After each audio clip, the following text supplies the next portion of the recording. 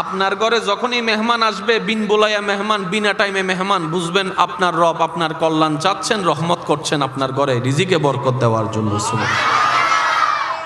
দ্বিতীয় নাম্বার, রব বলে যে আমি যখন খুশি হই, যার উপর খুশি হই, যে টাইমটাতে খুশি হই, সেই ঘরে সেই পরিবারে আমি কন্যা সন্তান পাঠাই।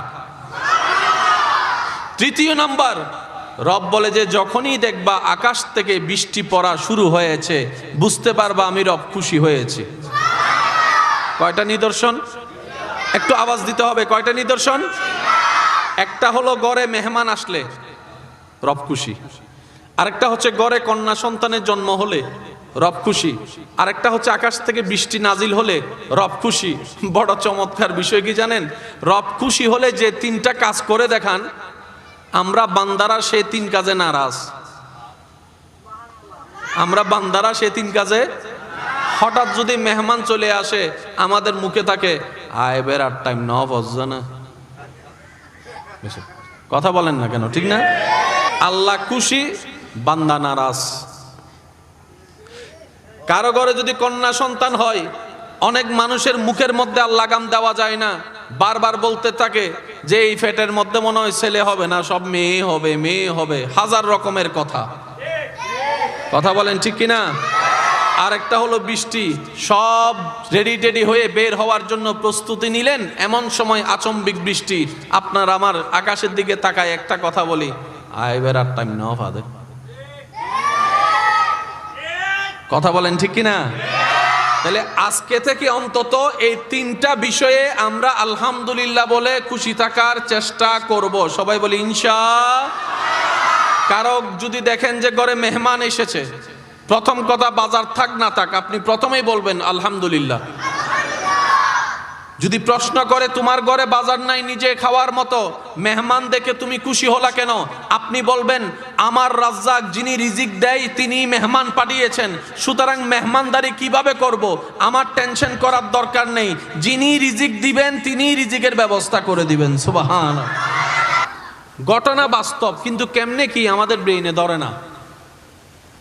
এটা হচ্ছে রবের কুদরত। সবাই বলেন এটা রবের। তাহলে এক বিন্দু পানি থেকে আপনি আমাকে দেখছেন, আমি আপনাকে দেখছি।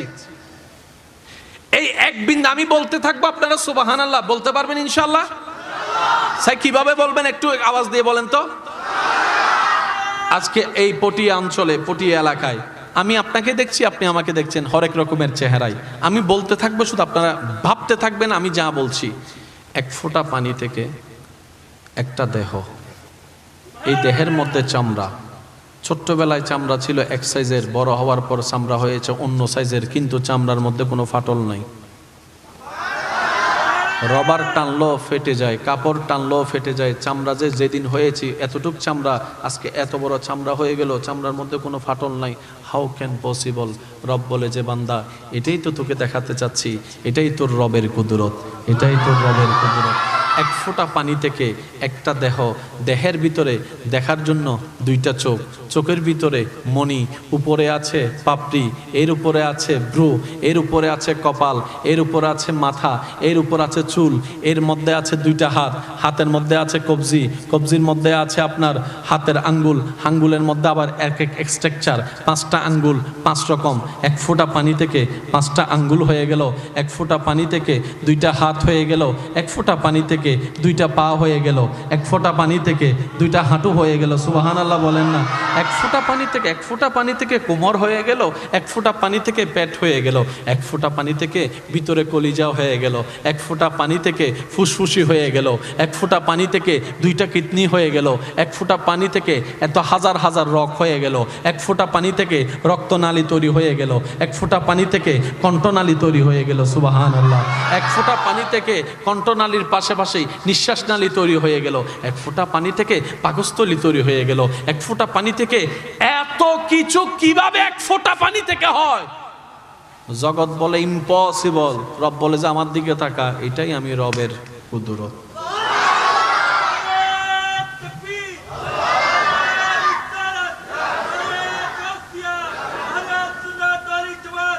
উচ্চ আওয়াজ একবার বলেন মারহাবা। আমরা এখন সবাই বসে আছি কোথায়? মাটিতে। কোথায় বসে আছি? ভাইয়া বলেন তো মাটির নিচে কি? আপনার টিউবওয়েল খুললে কি পান? ময়লা পানি না পরিষ্কার? পরিষ্কার পানি এসে প্রমাণ করে দিয়েছে এখানে কোনো বালিও নাই, মাটিও নাই, পানি আর পানি, সেজন্যই তো পরিষ্কার। তো এত বড় পৃথিবীর মাটি পানির উপর কেমনে? কারণ পানির উপর তো মাটি কখনো থাকতে, এটা কোয়াইট ইম্পসিবল। মাটির পানির উপর কখনো মাটি আপনি রাখতে পারবেন না, সেজন্য পুকুর ভরাট করেই কিন্তু বাড়ি বানাতে হয়। পুকুর ভরাট করে কিন্তু বাড়ি বানাতে হয়। পৃথিবী আছে মাটির উপর, মাটিটা রব রেখেছে পানির উপর। পানির নিচে কি? আগুন। মাটির নিচের স্তর, ভাই একটু জোরে বলেন। পানির নিচের স্তর আগুন। অনেক সময় দেখবেন আপনারা ওই লাভা বের হয়, লাভা বের হয়। কষ্ট হচ্ছে না তো আপনাদের ভাইয়েরা? আল্লাহর সেটিংটাই এমন যেটা বান্দার পক্ষে ভাবাও সম্ভবপর নয়। পানির সাথে আগুনের কোনো বন্ধুত্ব নাই, কিন্তু রব রেখেছেন সেই সিস্টেমে।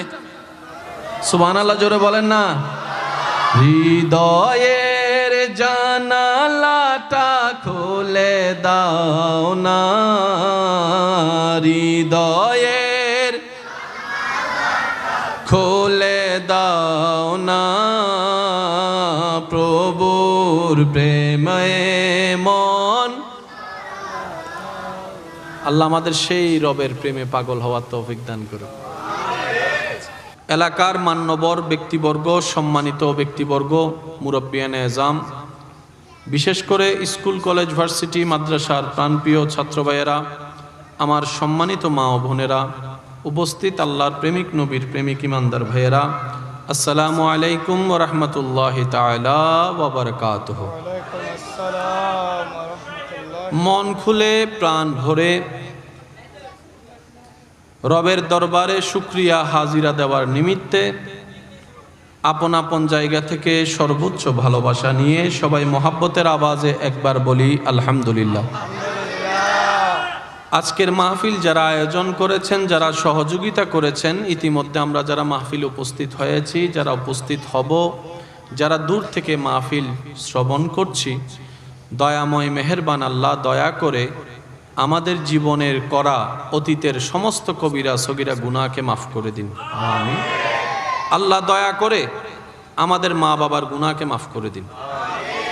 আমাদের যত আত্মীয় স্বজন এবং এই এলাকায় যত কবরবাসী কবরের কঠিন আযাবে এই মুহূর্তে কষ্ট পাচ্ছে, প্রত্যেকটি বান্দার দোয়ার উসিলায় আল্লাহ দয়া করে প্রত্যেকটি কবরবাসীকে আযাব থেকে মুক্তি দান করুক, আমিন। সম্মানিত উপস্থিতি, আমি বিনয়ের সাথে, শ্রদ্ধার সাথে সবার কাছে নিবেদন রাখছি, আল্লাহ তাআলা আমি অধমকে যেইটুকু সময় বলার তৌফিক দান করবেন, এই সময়টুকু সবাই একটু মনের কান দিয়ে শোনার চেষ্টা করবেন ইনশাআল্লাহ। আমার কোনো কথা কাউকে গ্রহণ করতে হবে না, তবে অনুরোধ রাখবো ঈমানি ভাই হিসাবে প্রত্যেকটি কথা মনের কান দিয়ে শোনার পর নিজের বিবেকের আদালত দিয়ে নিরপেক্ষ বিচারক হয়ে বিবেচনা করে দেখবেন। সঠিক যদি মন লাগে গ্রহণ করে নেবেন, ভুল যদি মনে হয় বাদ দিয়ে দিবেন, কোনো সমস্যা নেই। তৃতীয় নম্বর অনুরোধ, আমাকে একটু আওয়াজ দিয়ে সহযোগিতা করতে হবে। যারা যারা করতে রাজি আছেন তারা একবার বলি মারহাবা। আল্লাহ এই মহাব্বতকে কবুল করুক, আমিন।